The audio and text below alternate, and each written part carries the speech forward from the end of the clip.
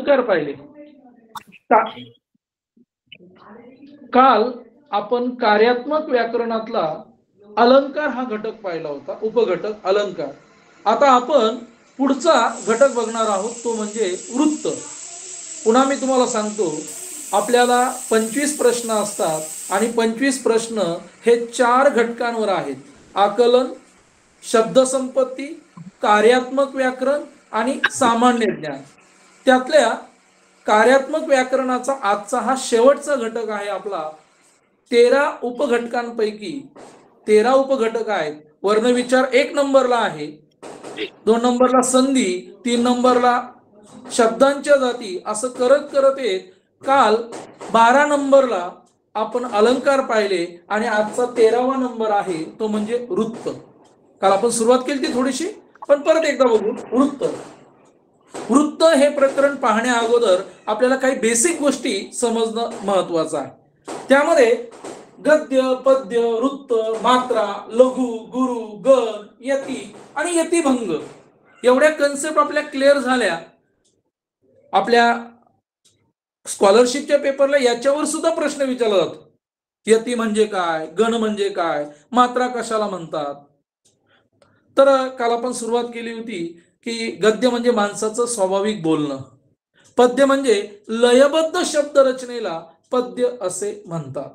म्हणजे पद्य हे सुरावर किंवा तालावर गाता येतं. पाद, पाद म्हणजे चरण. पद्य, पद्य म्हणजे लयबद्ध शब्द रचनेला. मग पुढचा महत्वाचा मुद्दा आहे की वृत्त कशाला म्हणतात. बघा, वृत्त म्हणजे काय. तुम्ही कोणतीही कवितेची ओळ जर घेतली किंवा कोणतीही कविता घेतली तर तुमच्या असं लक्षात येईल की प्रत्येक कवितेची जी ओळ आहे, चरण आपण ज्याला म्हणतो, कवितेची चरण, प्रत्येक चरणामध्ये अक्षरांची संख्या सारखी असते. म्हणजे उदाहरणार्थ मी जर म्हटलो, काल एक म्हटलेली कविता, बीज अंकुरे अंकुरे ओल्या मातीच्या कुशीत, कसे रुजावे बियाणे माळ राणी खडकात, बीजा हवी निगराणी हवी मायेची पाखर, लख प्रकाश निर्मळ त्यात कष्टाचा पाझर. म्हणजे ह्या मी ज्या कवितेच्या ओळी म्हणतोय किंवा रामदासांचे आपण जे श्लोक घेऊ, कोणतेही घ्या, तर प्रत्येक ओळीमध्ये कोणतीही कविता घेतली, कोणतेही श्लोक घेतली, ओवी घेतली, तर प्रत्येक चरणामध्ये अक्षरांची संख्या सारखी असते. काही वेळेस अक्षरांची संख्या सारखी नसते, परंतु त्यातल्या ज्या मात्रा आहेत त्या मात्रांची बेरीज सारखी असते. म्हणजे मला सांगायचं काय की वृत्त कशाला म्हणतात. तर वृत्त म्हणजे काय, तर पद्याच्या विशिष्ट अशा शब्द रचनेला, लक्षात घ्या, जे पद्य आहे, म्हणजे पद्य म्हणजे काय आपण पाहिलं. पद्य म्हणजे काय, तर लयबद्ध शब्द रचनेला पद्य म्हटलेलं आहे. मग वृत्त म्हणजे काय, तर पद्याच्या विशिष्ट, विशिष्ट म्हणजे अशा मी आता ज्या सांगितलेल्या अक्षरांची, प्रत्येक चरणामध्ये अक्षरांची संख्या सारखी आहे, मात्रांची संख्या सारखी आहे, म्हणजे पद्याच्या विशिष्ट अशा शब्द रचनेला वृत्त किंवा छंद असे म्हणतात. काल आपण जाता जाता एक मुद्दा पण क्लिअर केला होता, मात्रा. मात्रा कशाला म्हणतात,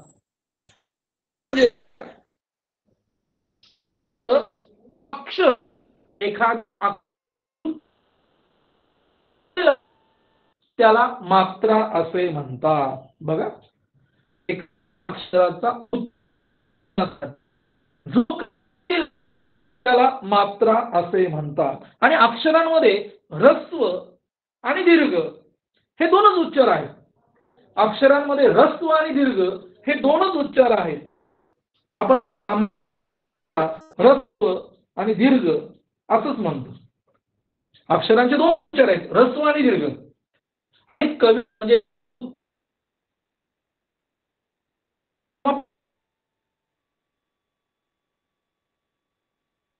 केला होता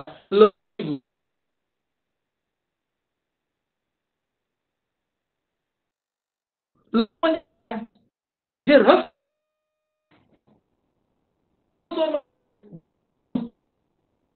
बघा, इकडं बघा,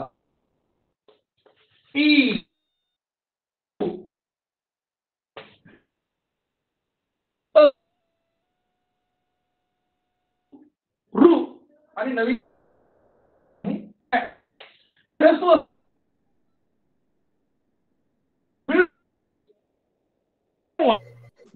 सर अडकळतो इथे. हा.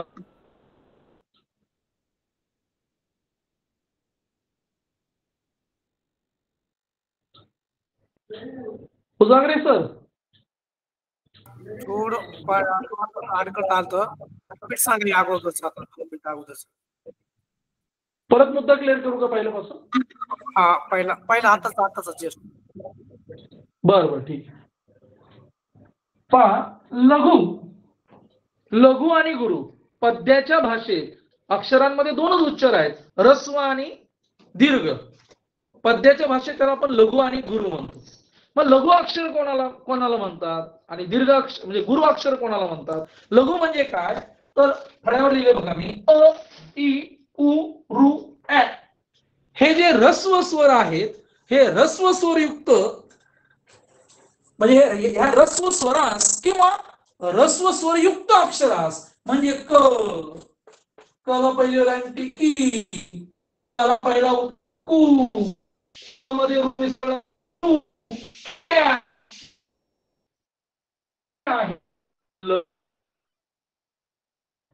लघु अक्षर म्हणतात. यांना काय म्हणतात? लघु अक्षर. आणि लघुची मात्रा ही एक समजली जाते. बघा, लघुची मात्रा एक समजली जाते, लघु अक्षराची मात्रा एक समजली जाते आणि ते अर्धचंद्र लक्षात घ्या, अर्धचंद्राकृतीने दर्शवतात. याच्यावर बोर्डाला कसा प्रश्न येणार आहे तो पुढे बघणार आहोत आपण. आधी समजून घ्या लघु अक्षर कोणती आहेत. लघु अक्षर कोणती आहेत तर ह्रस्व स्वरास किंवा ह्रस्व स्वरयुक्त अक्षरास लघु अक्षर असे म्हणतात. लक्षात घ्या, एवढं लक्षात. पुढं 2 मिनिटं हे मी पुसतो आता गुरु म्हणजे दीर्घ स्वरयुक्त अक्षर म्हणजे आ, दीर्घ ई, दीर्घ उ, त्यानंतर ए, ई, ओ. दीर्घ स्वर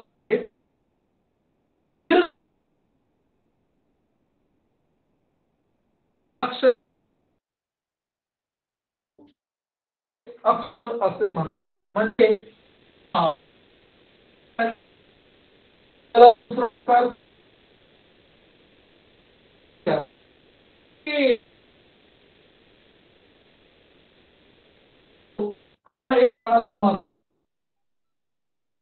दीर्घ अक्षर आहे. लक्षात घ्या, दीर्घ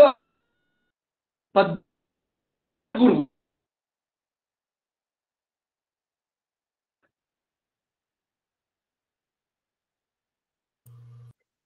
व्हिडिओ थोडा अडकतोय सर, नेट प्रॉब्लेम दिसतोय.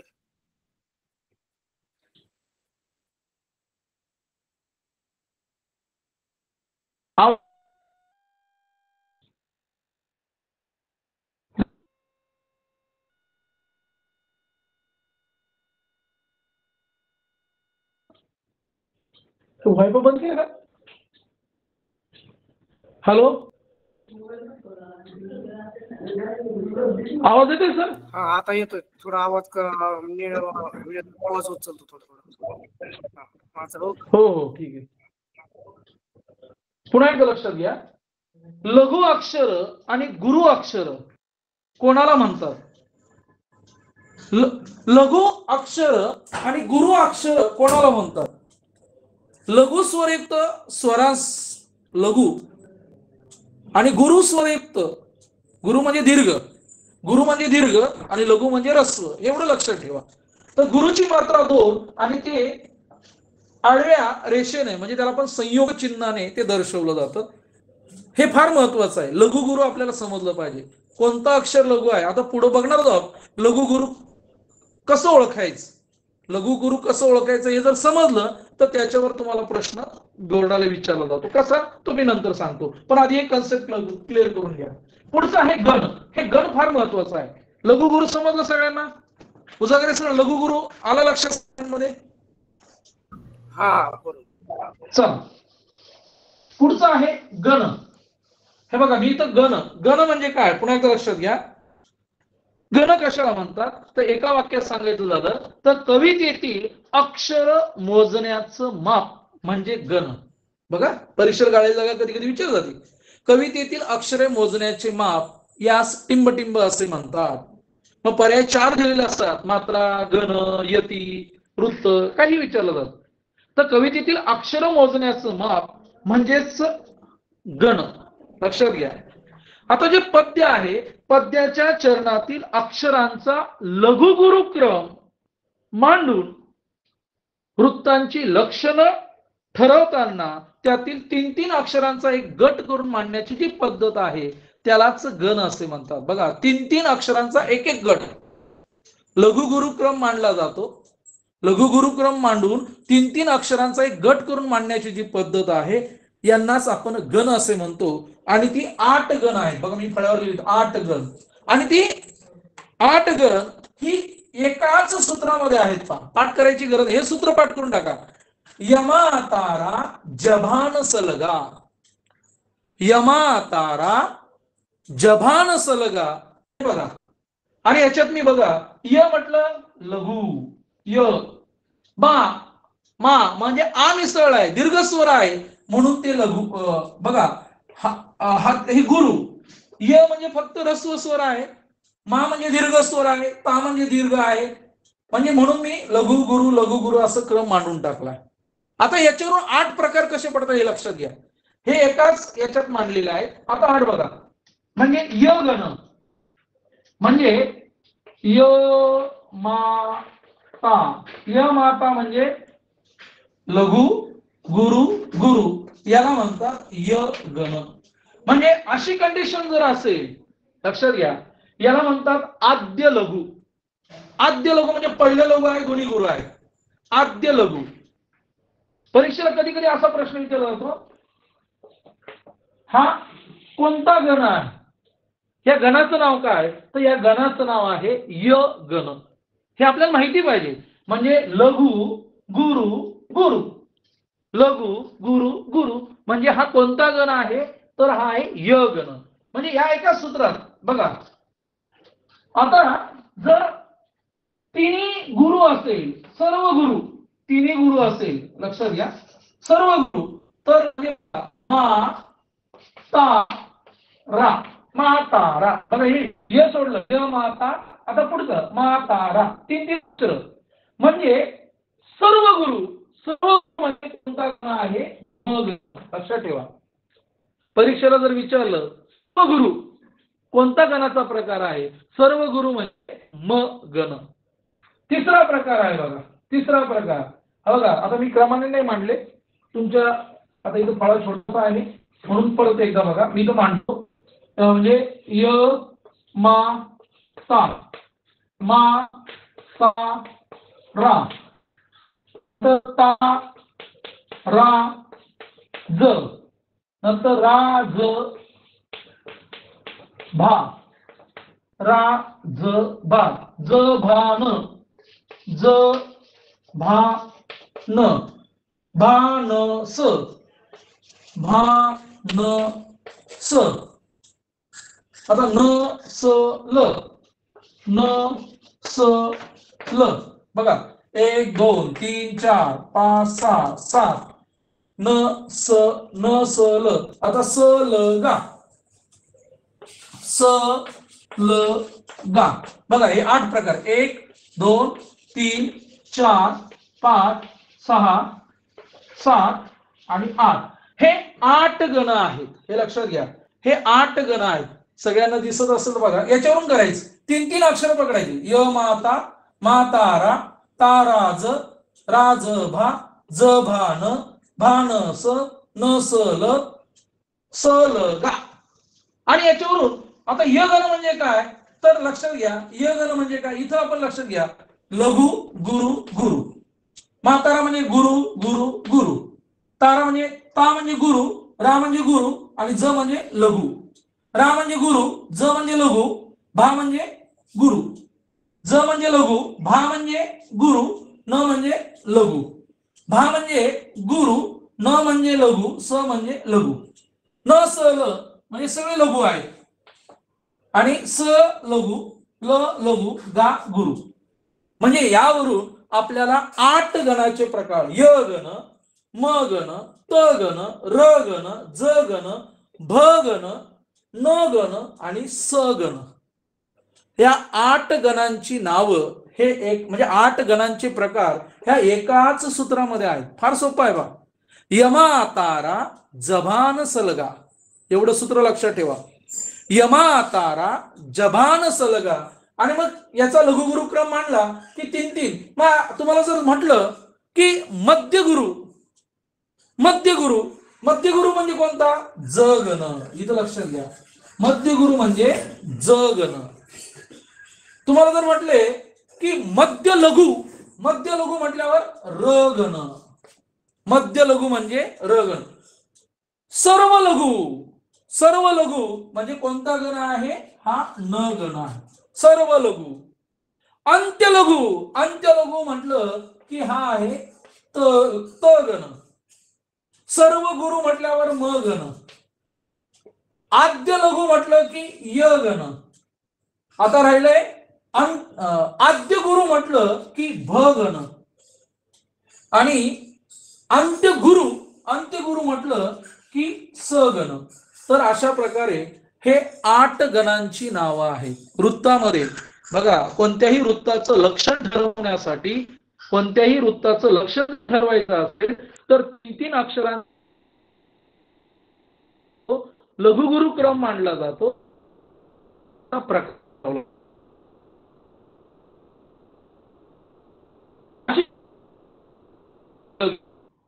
सर्व गुरु असेल तर समजायचं तो आहे म गण.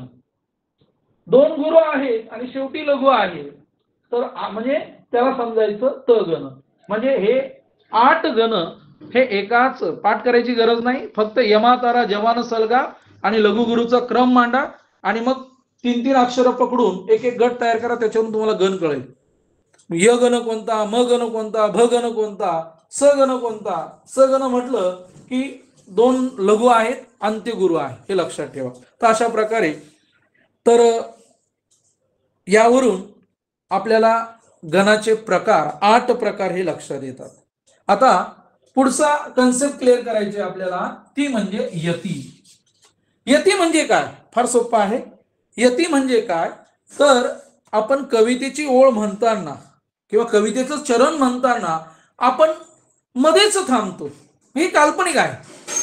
मध्येच थांबतो, काही अक्षरानंतर थांबतो. कवितेची ओळ म्हणताना, कवितेचं चरण म्हणताना आपण काही अक्षरानंतर थांबतो. या थांबण्याच्या जागेला किंवा विरामाला यती असे म्हणतात.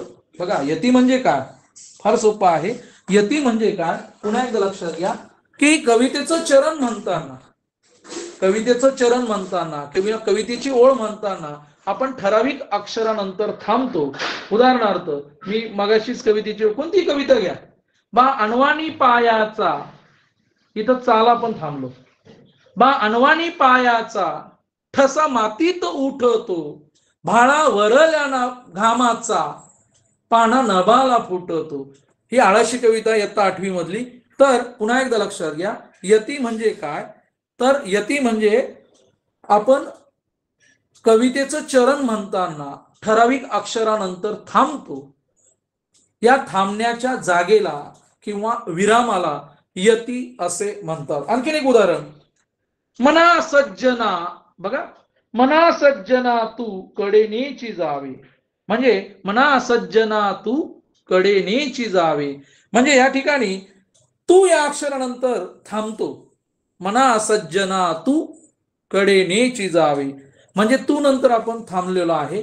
म्हणजे त्याला कितव्या अक्षरावर आहे? मना सज्जना, म ना स ज ना तू म्हणजे 6व्या. यती कितव्या अक्षरावर आहे? 6व्या. म्हणजे 6व्या अक्षरावर यती येते. यती म्हणजे थांबण्याची जागा. आणि यतिभंग म्हणजे काय? पुढची कन्सेप्ट आहे यतिभंग. यतीमुळं, यतिभंग म्हणजे काय? यतीमुळं जर शब्द तोडला जात असेल, बघा, यतीमुळं जर शब्द तुटला जात असेल. आणि एक उदाहरण बघा, प्रिय अमुचा, प्रिय अमुचा एक महाराष्ट्र जोडून शब्द आहे. प्रिय अमुचा एक महाराष्ट्र देश हा. म्हणजे महा आणि राष्ट्र, महानंतर आपण थांबलो. म्हणजे यतीमुळं शब्द तुटला जात असेल तर त्याला यतिभंग झाला असे म्हणतात.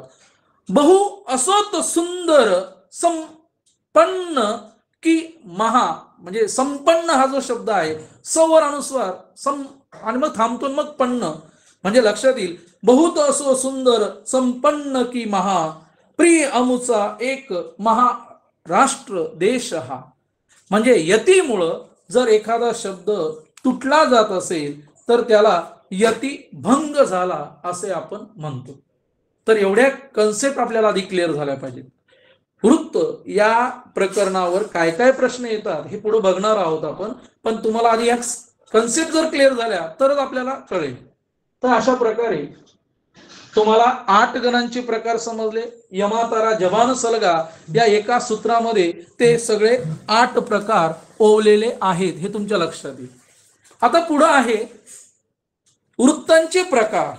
पुन्हा एकदा लक्षात घ्या, वृत्तांचे प्रकार पाहण्या अगोदर लघु आणि गुरु, वृत्त लेखनामध्ये कोणतं अक्षर लघु आणि कोणतं अक्षर गुरु मानावं या संबंधीचे काही नियम आहेत. तेवढे तुम्ही एक लक्षात ठेवा. सोपे सोपे नियम आहेत. कारण कधी कधी तुम्हाला एखादा शब्द दिला जातो आणि त्याला सांगितलेलं असतं की या शब्दाच्या म्हणजे मात्रा ओळखा किंवा याचे गण पाडा किंवा या शब्दाचे गण कोणते. तर तुम्हाला लक्षात घ्या. तर आधी आपण समजून घेऊ की कोणते लघु आणि गुरु अक्षर कोणाला मानावं या संबंधीचे काही नियम आहेत. पहिलं, ऱ्हस्व अक्षर आपल्या सगळ्यांना माहिती, ऱ्हस्व अक्षर लघु मानावं, हा तर नियम आपल्याला माहितीच आहे.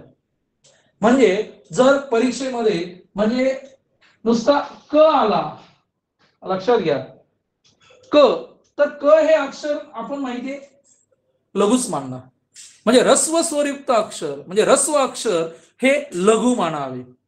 क ला जर दुसरा उकार असेल म्हणजे दीर्घ स्वरयुक्त अक्षर हे गुरु मानावं. म्हणजे क ला दुसरा उकार असेल तर आपण त्याला काय म्हणणार, गुरु. म्हणजे ऱ्हस्व सगळे आणि गुरु सगळे. म्हणजे ऱ्हस्व अक्षर लघु मानावं, दीर्घ स्वरयुक्त किंवा दीर्घ अक्षर गुरु मानावं. हे तर सोपं आहे, याच्यात काही वेगळं नाही. आपल्याला सगळ्यांना माहिती आहे लघुची मात्रा 1 आणि गुरुची मात्रा 2, हे लक्षात ठेवा. तिसरा नियम काय आहे, स्पष्ट अनुस्वार असलेलं अक्षर हे गुरु मानावं. बघा, स्पष्ट अनुस्वार बघा. समजा आता हे मी पुसतो गण, आता हे गण पुसतो मी इकडं, आता इकडे लक्ष द्या. स्पष्ट अनुस्वार, समजा कंबर हा शब्द आला तुम्हाला परीक्षेला, कंबर, आणि विचारलं या शब्दाचे गण पाडा. मग क वर अनुस्वार आहे, नियम काय सांगतो, अनुस्वार जर असेल, स्पष्ट अनुस्वार असेल तर ते अक्षर गुरु मानावं. आणि ब हे लघु आहे, र हे लघु आहे, कारण हे ऱ्हस्व स्वरयुक्त आहे. म्हणजे बघा, कंबर या ठिकाणी तुमच्या लक्षात येईल हा हे गुरु आहे, हे लघु आहे, लघु आहे. गुरुची मात्रा 2, लघुची मात्रा 1, लघुची मात्रा 1. मात्रांची बेरीज जर केली तर मात्रांची बेरीज 3 आणि 1 4. मात्रांची बेरीज किती आली, 4. असंही कधी कधी विचारलं जातं. बघा, म्हणजे अनुस्वारयुक्त अक्षर असेल तर ते गुरु मानावं. आणखीन एक आहे विसर्गयुक्त अक्षर. समजा बघा, दुःख शब्द आहे, दूच्या पुढे 2 टिंब आहेत, विसर्ग आहे, विसर्गयुक्त अक्षर सुद्धा गुरु मानावं. विसर्गयुक्त अक्षर गुरु मानावं. पुढचं ख ऱ्हस्व स्वरयुक्त आहे म्हणजे ते लघुच आहे, याची मात्रा 2, याची 1, दोघांची बेरीज 3. म्हणजे कोणतं अक्षर लघु, म्हणजे वृत्त लेखनामध्ये कोणतं अक्षर लघु आणि कोणतं गुरु मानावं हे आपण इथं बघतोय. 3 नियम आतापर्यंत सांगितले, 4 नियम सांगितले. लघु अक्षर लक्षात घ्या, म्हणजे ऱ्हस्व स्वरयुक्त अक्षर लघु मानावी, दीर्घ स्वरयुक्त अक्षर गुरु मानावी, अनुस्वारयुक्त आणि विसर्गयुक्त अक्षर जे आहेत ती गुरु मानावी. आता पुढचा नियम फार महत्वाचा आहे. पुढचा नियम काय सांगतो बघा. इथं बघा एक शब्द मी लिहितो, पुस्तक. या ठिकाणी तुमच्या लक्षात येईल की शब्दातील जोडाक्षर आहे. इथं सला तर हे जोडाक्षर आहे. जोडाक्षराच्या अगोदरचं अक्षर इथं लघु आहे. पहिला उकार म्हणजे ते लघु आहे, लघु. परंतु त्याच्यावर काय आहे, जोर, आघात येतो. लघु जरी असलं ते गुरु धरावं, कारण त्या जोडाक्षराचा उच्चार करताना त्यावर आघात द्यावा लागतो. पुस्तक, पुस्तक म्हणजे याच्यावर आघात द्यावा लागला. आणि हे बाकीचे मग तसेच आहेत. म्हणजे जोडाक्षराच्या आधीचा अक्षर जर लघु असेल पण त्याच्यावर जर आघात द्यावा लागत असेल तर ते अक्षर लघु धरलं जातं. पण जोडाक्षरावर आघात येत असेल तर जोडाक्षरावर जर आघात येत असेल तर मात्र आधीचा अक्षर जर लघु असेल तर लघुच मानावं, गुरु असेल तर गुरुच मानावं. उदाहरणार्थ आणखी एक शब्द बघा, आमच्या. आमच्या बघा, आ म्हणजे गुरु. म आता च्या अगोदर म हे लघु आहे पण म वर ट्रेस येत नाही, आघात येत नाही. आमच्या, आमच्या म्हणजे हे लघु तर लघुच मानायचं, गुरुचं गुरुच मानायचं. म्हणजे हा एक नियम फक्त आपल्याला फार महत्वाचा आहे की आपल्याला आधी उच्चार करावा लागेल. जोडाक्षराच्या अगोदरचं जर अक्षर लघु असेल आणि त्याच्यावर जर आघात येत असेल तर ते अक्षर गुरु मानावं, आणि जर नसेल तर ते लघु असेल म्हणजे जोडाक्षरावरच आघात जात असेल तर लघु असलेलं लघुच धरावं, गुरु असलेलं गुरुच धरावं. हे लक्षात ठेवा. त्यानंतर पुढचा एक नियम लक्षात ठेवा, जोडाक्षर जर ह्रस्व सुरयुक्त असेल, जोडाक्षर बघा, जोडाक्षर हे बघा, वाक्य. वाक्य हे जोडाक्षर आहे. वाक्य म्हणजे जोडाक्षर स्वरयुक्त असेल तर ते लघुच असतं. पा म्हणजे हा जोडाक्षर आहे पण ह्रस्व स्वरयुक्त आहे म्हणजे हे गुरुच आहे. आणि हे वाक्य क अधिक य अधिक अ, अ हा ह्रस्व स्वर आहे. जोडाक्षर जरी असलं पण ते ह्रस्व स्वरयुक्त आहे आणि म्हणून जोडाक्षर जर ह्रस्व स्वरयुक्त असलं तरी ते लघुच असतं. हे फार महत्वाचं आहे. आपण काय पाहतोय की लघु आणि गुरु, वृत्त लेखनामध्ये लघु आणि गुरु अक्षर कसं ओळखायचं किंवा त्या कसं मानायचं त्या संबंधीचे हे नियम आहेत.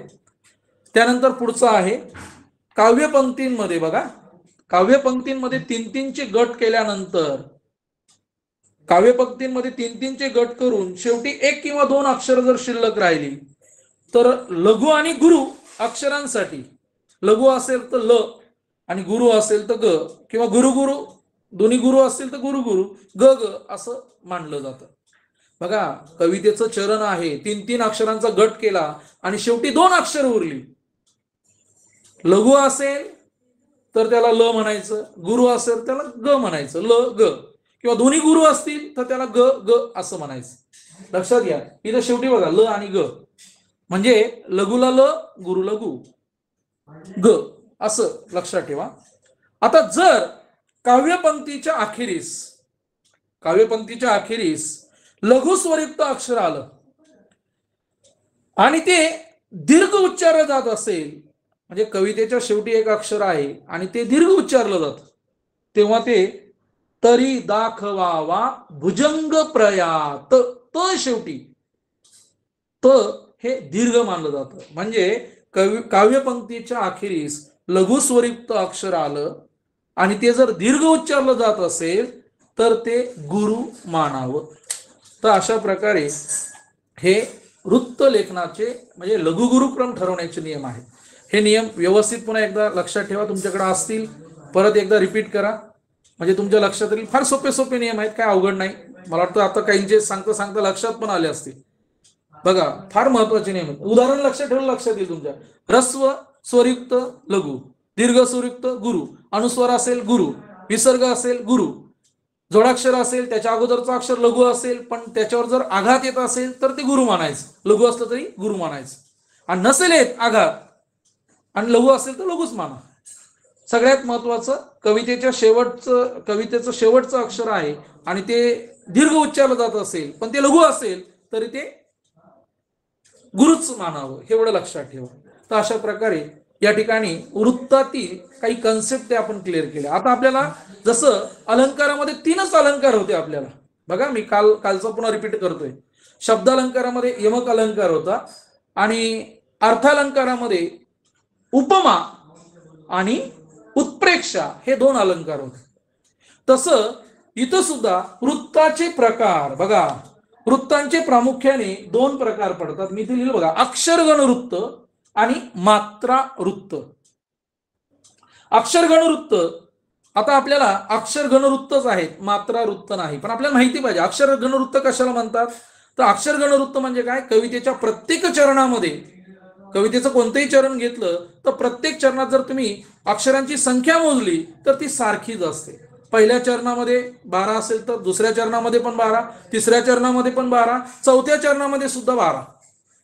बघा, शिवाय लघुगुरूचा क्रम, पहिल्या चरणामध्ये जो लघुगुरूचा क्रम आहे तोच दुसऱ्या चरणात, तोच तिसऱ्या चरणात, तोच चौथ्या चरणात. म्हणजे प्रत्येक चरणात 3-3चे गट करून गण दाखवले जातात. म्हणजे अक्षर गणवृत्त कशाला म्हणतात हे लक्षात घ्या. म्हणजे प्रत्येक चरणामध्ये, अक्षर गणवृत्तामध्ये प्रत्येक चरणात अक्षरांची संख्या समान असते, लघुगुरुक्रम ठराविक असतो आणि प्रत्येक चरणात 3-3 अक्षरांचा गट करून गण दाखवले जातात. अक्षर गणवृत्त. आता मात्रा वृत्ताचं काय आहे, तर प्रत्येक चरणामध्ये मात्रांची संख्या सारखी असते. म्हणजे अक्षरांची संख्या मागे पुढे होऊ शकते पण मात्रा ज्या आहेत, गुरु असेल तर 2, लघु असेल तर 1, 2, 1 असं करत करत सगळ्यांची बेरीज केली तर प्रत्येक चरणातील मात्रांची संख्या ही सारखीच असते. मग सर्व चरणातील मात्रांची संख्या जर सारखी असेल तर त्याला समजाती मात्रा वृत्त म्हणतात. आणि प्रत्येक चरणातील मात्रांची संख्या जर भिन्न असेल, वेगळे असेल, म्हणजे भिन्न मात्रावलीचे जर चरण असेल तर त्याला विषम जाती मात्रा वृत्त. आपल्याला माहिती असं म्हणून सांगितलं. वृत्तांचे मुख्य 2 प्रकार पडतात, एक अक्षरगण वृत्त आणि 2 मात्रा वृत्त. आपल्याला बोर्डाला फक्त 3च प्रकार आहेत, 3च प्रकार आहेत, ते पण अक्षरगण वृत्ताचे आहेत. कोणकोणते आहेत तर इथं लक्षात घ्या, आपल्याला 3च प्रकार आहेत. आपलं मराठीचं पाठ्यपुस्तक घरी म्हणजे नीट बघा. मी पुन्हा काल पण तुम्हाला सांगितलं होतं, मराठीच्या पुस्तकातील जे व्याकरण भाग आहे तो नीट बघा. तर त्यामध्ये आपल्याला पहिला प्रकार आहे भुजंग प्रायात. मी इथं लिहिलंय बघा, भुजंग प्रायात. आता हे मी पुसतो.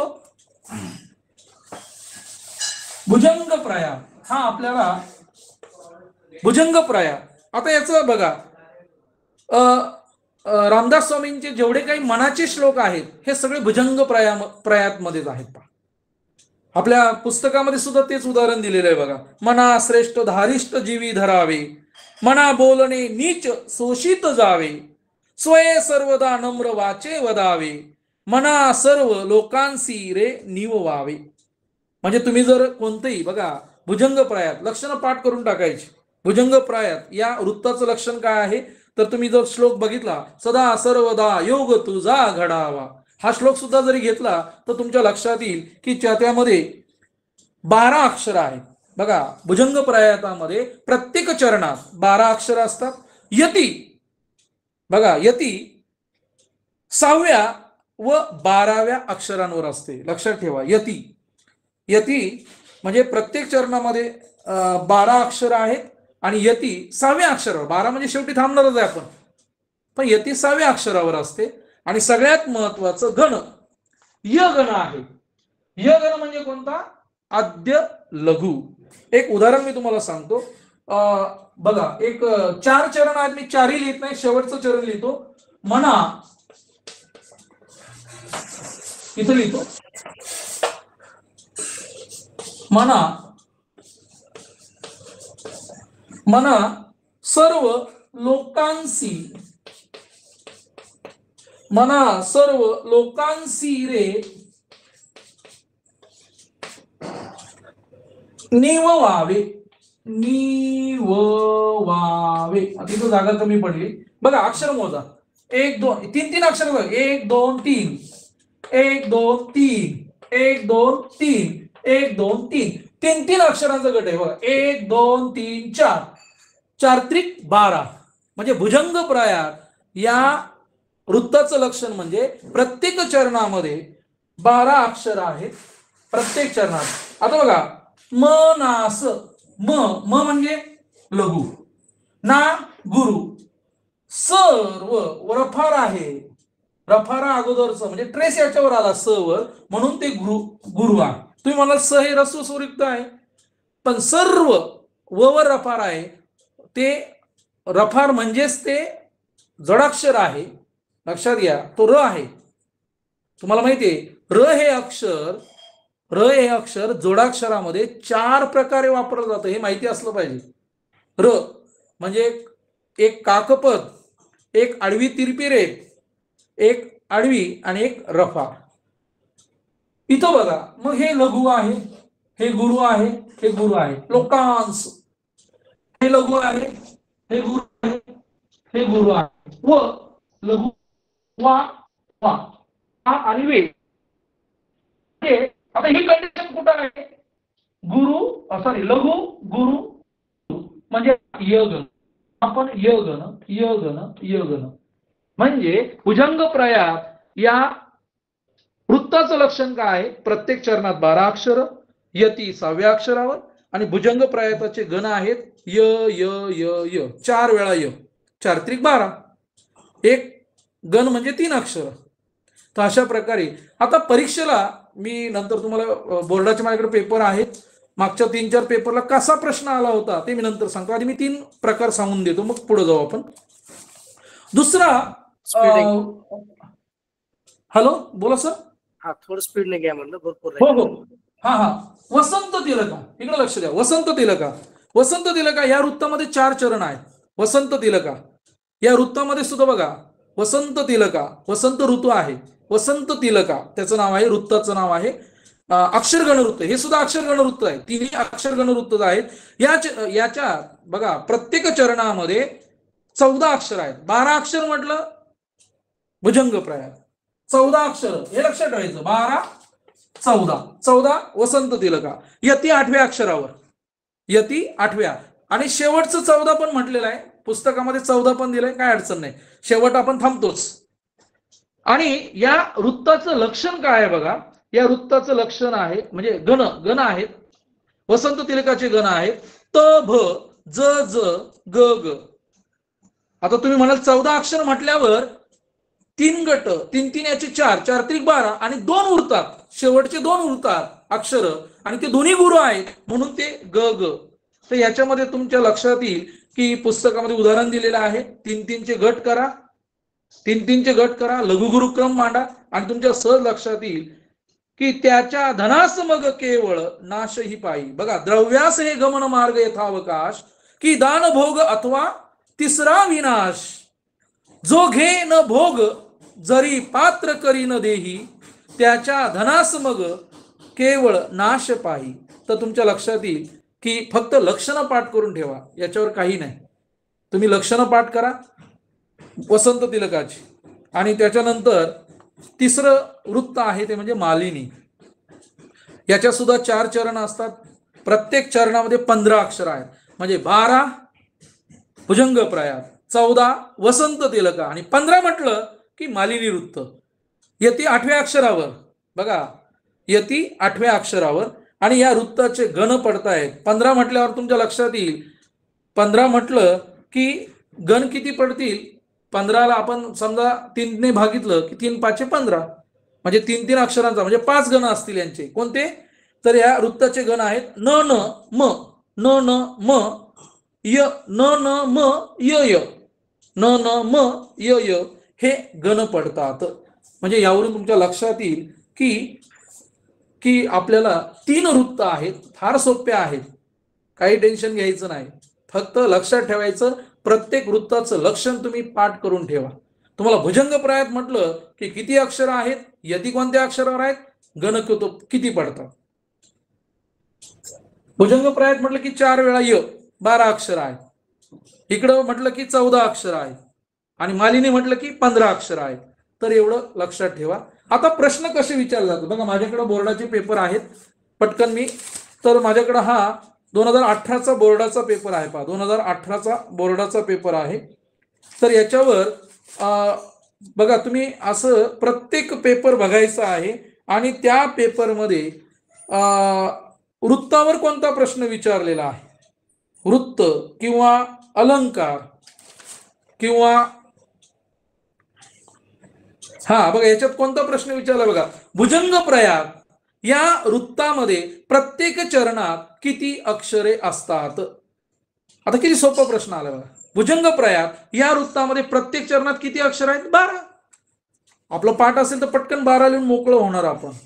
तर हा एक वृत्तावर प्रश्न विचारला. त्यानंतर 2019ची माझ्याकडे प्रश्नपत्रिका आहे, त्याच्यावर वृत्तावर काय प्रश्न विचारला बघू आपण. 2019 फेब्रुवारी 2019ची माझ्याकडे प्रश्नपत्रिका आहे, त्याच्यावर बघा सुंदर प्रश्न विचारलाय. कसा प्रश्न आहे बघा, याच्यात काय विचारलं बघा,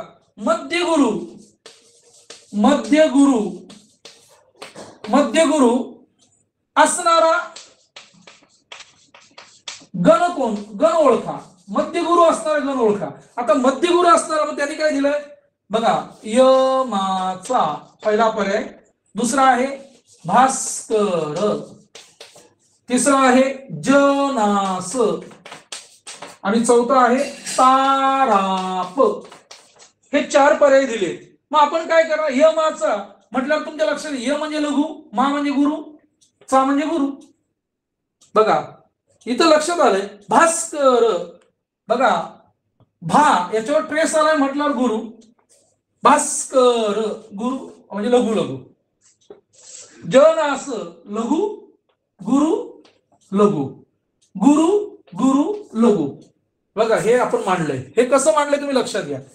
आता मध्यगुरु असणारा पर्याय कोणता आहे, मध्यगुरु म्हणजे बघा इथं लघु आहे, इथं गुरु आहे आणि इथं लघु आहे, म्हणजे जनास. म्हणजे तुमच्या लक्षात येईल 1 2 3 4. तर पर्याय क्रमांक 3 मध्यगुरु असणारा गण कोणता, तर हे.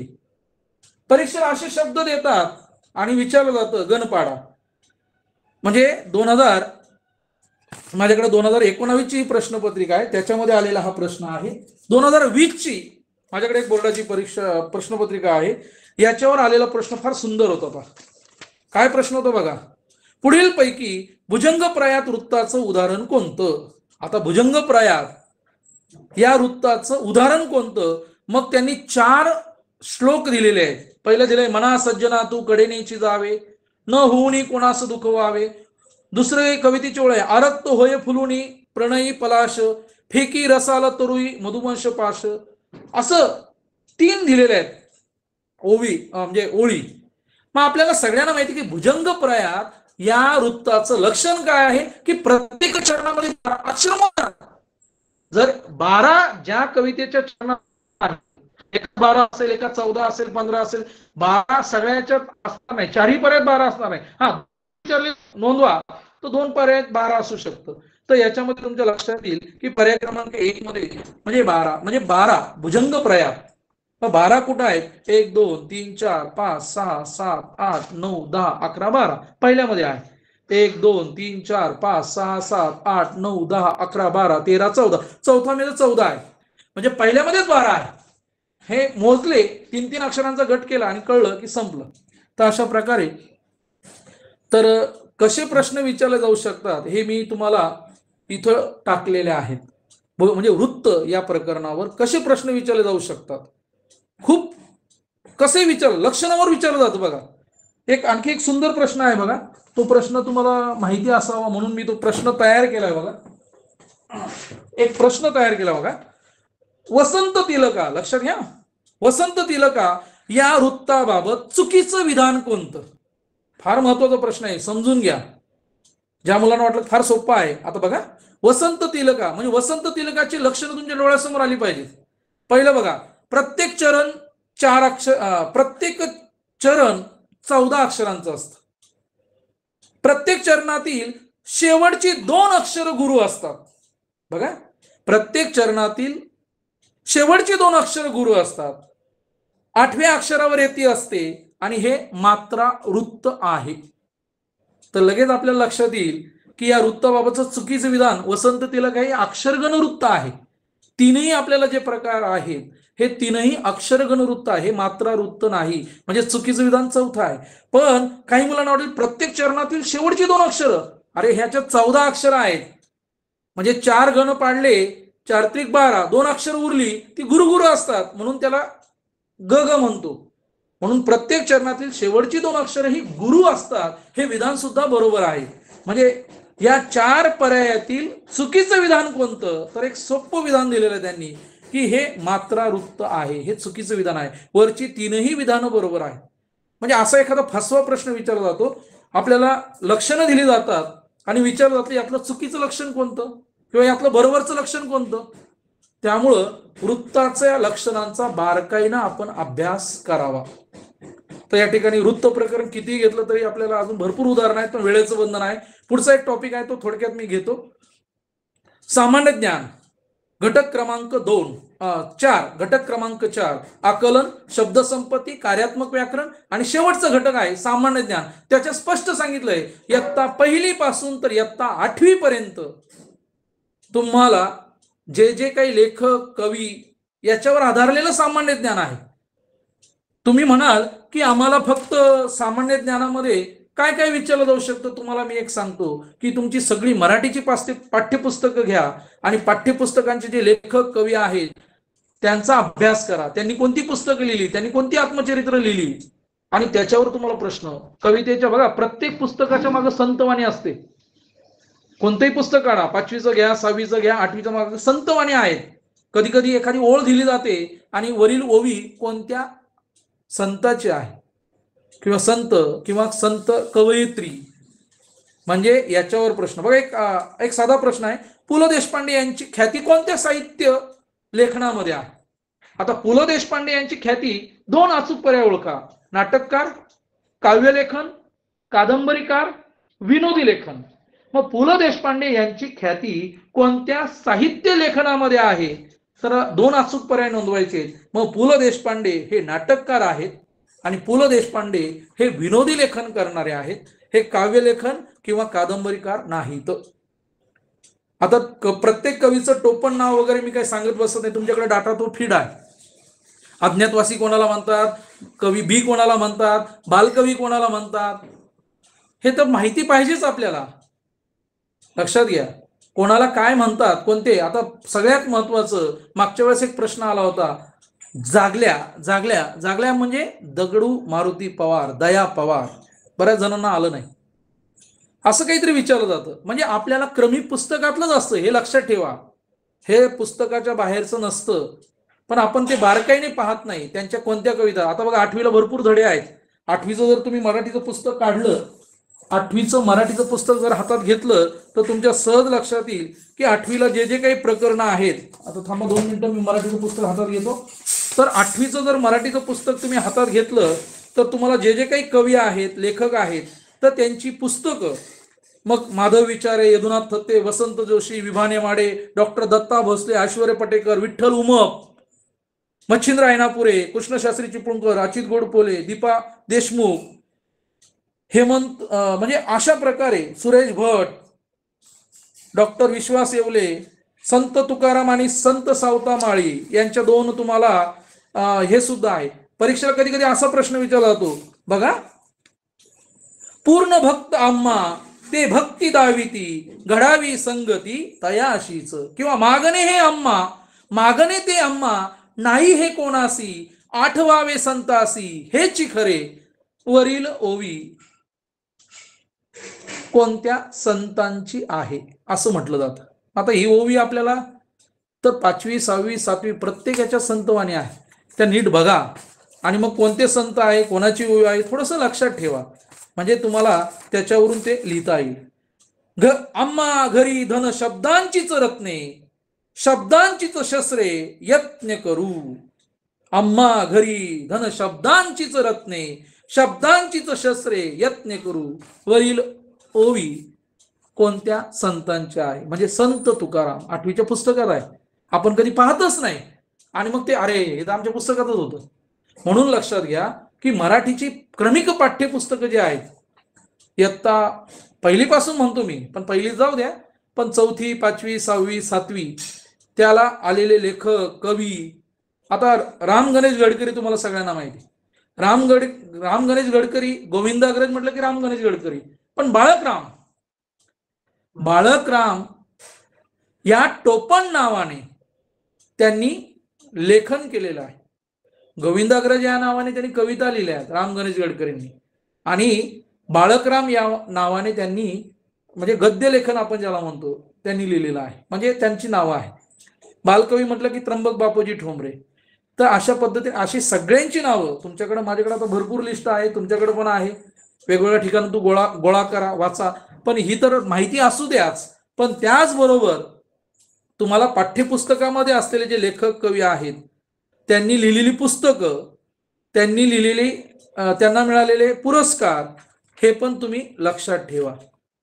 आता या सगळ्यात आता समजा जर विपा दांडेकर, टेकडीवरून एक पाऊल पुढे, काळ खेळतो, 25 वर्षानंतर, किंवा प्रतारणा, कुचंबना, असं काही विचारलं जाऊ शकतं की जे आपल्याला कधी. आता बघा, गोदावरी परुळेकर, पाड्यावरचा चहा, इयत्ता 8वीला आहे. बंदिवासाचे 8 वर्ष पुस्तक कोणाचे? बंदिवासाचे 8 वर्ष म्हटलं की गोदावरी परुळेकर आपलं नाव जेव्हा माणूस या पुस्तकाच्या लेखिका कोण आहेत तर सांगता आलं पाहिजे, गोदावरी परुळेकर. म्हणजे अशा पद्धतीने पुस्तकामध्येच सामान्य ज्ञान असतं. सामान्य ज्ञान बाहेर शोधायची गरज नाही. पुस्तकामध्येच अच्युत गोडबोले आणि दीपा देशमुख जर म्हटलं की यांचे हे माहिती तंत्रज्ञान आणि अर्थशास्त्राचे तज्ज्ञ आहेत ते, तर त्यांच्यावर विचारलं जातं. जागतिक कीर्तीचे चित्रकार लिओनार्दो विंचीचं आहे त्याच्यात माहिती, मग त्याच्यावर काही विचारलं जाऊ शकतं. असं म्हणजे प्रश्न कसा तयार होतो तर हे पुस्तकांवरच तयार होतो, हे लक्षात घ्या. तुम्हाला बऱ्याच जणांना माहिती नसेल तर सामान्य ज्ञान हा जो घटक आहे, या घटकाला असं काही बंधन नाही. बंधन एवढंच आहे की पहिलीपासून तर 8वी पर्यंत तुम्हाला जे काही होऊन गेलेलं आहे सामान्य ज्ञान मराठी. मग कोणाचा समजा आता कऱ्हेचं पाणी हे आत्मचरित्र कोणाचं आहे? कऱ्हेचं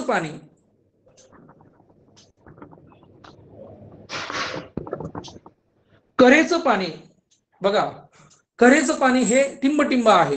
म्हणजे काय आहे? आत्मचरित्र आहे, कादंबरी आहे, काय आहे असं विचारलं. मग कऱ्हेचं पाणी आपल्याला माहिती आहे प्र. के. अत्रेंचं आत्मचरित्र आहे. तर अशा पद्धतीने म्हणजे सामान्य ज्ञान, लेखक, कवी, त्यांची टोपण नावं. आता ती जर मी सांगायची म्हटली तर तुम्हाला एकदा परत सांगून देतो, तुम्हाला माहिती असावी म्हणून थोडक्यात टोपण नावं. काहींची पुस्तकं तुम्हाला माहिती पाहिजेत. संत ज्ञानेश्वर म्हटलं की ज्ञानेश्वरी, चांगदेव पासष्टी, अमृतानुभव त्यांचे अभंग आहेत. किंवा बाळ गंगाधर टिळक म्हटलं की गीता रहस्य आहे, आर्यांचं वसतिस्थान आहे. गोपाळ हरी देशमुख म्हटलं की त्यांची शतपत्र आहे. विनोबा भावे म्हटलं की गीताई आहे. लक्षात घ्या. संत रामदास म्हटलं की दासबोध आहेत, मनाचे श्लोक आहे, करुणाष्टकी त्यांची आहेत. संत एकनाथ म्हटलं की भावार्थ रामायण बघा, लक्षात घ्या. संत एकनाथ भावार्थ रामायण, एकनाथी भागवत. संत तुकाराम म्हटलं की अभंग गाथा. व्यासमुनी म्हटलं की गीता महाभारत.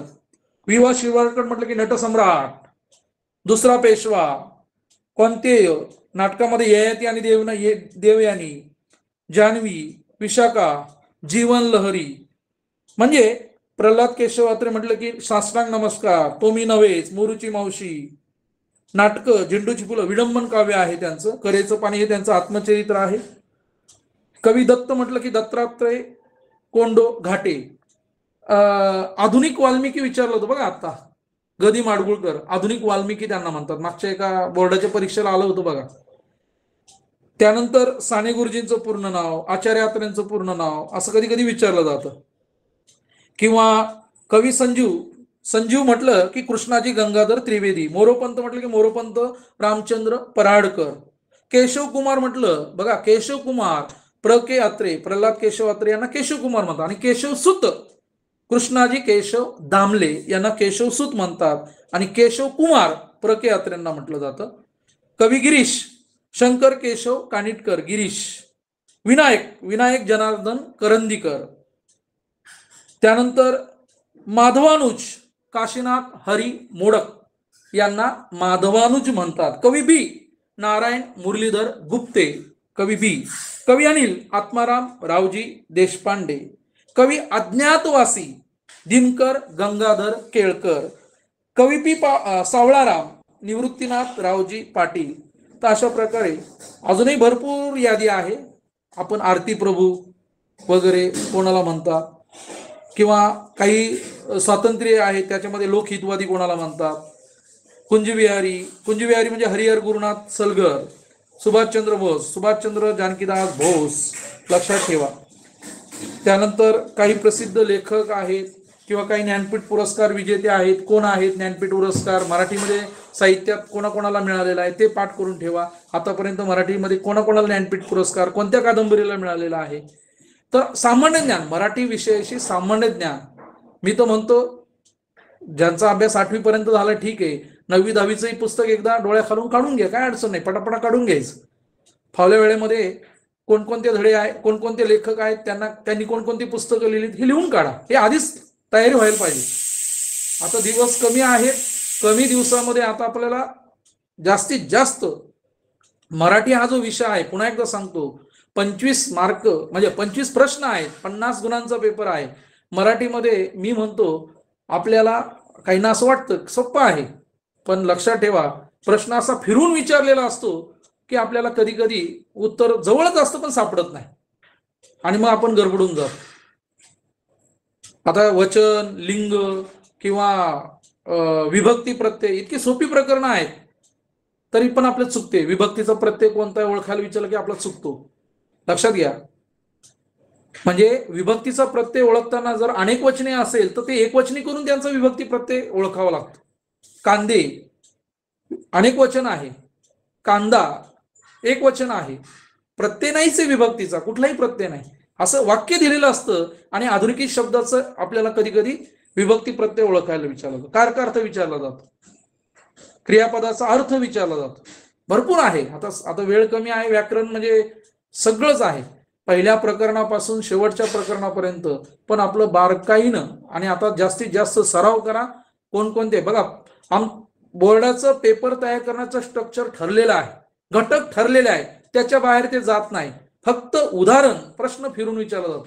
म्हण, आता म्हण कोणती येऊ शकते, त्यामुळे म्हणींचा अभ्यास करताना शक्यतो मोरा वाळिंबेचं जे म्हणींचं शब्दसंपत्ती आहे ती वाचा, एकदा म्हणी डोळ्याखालून वाचा.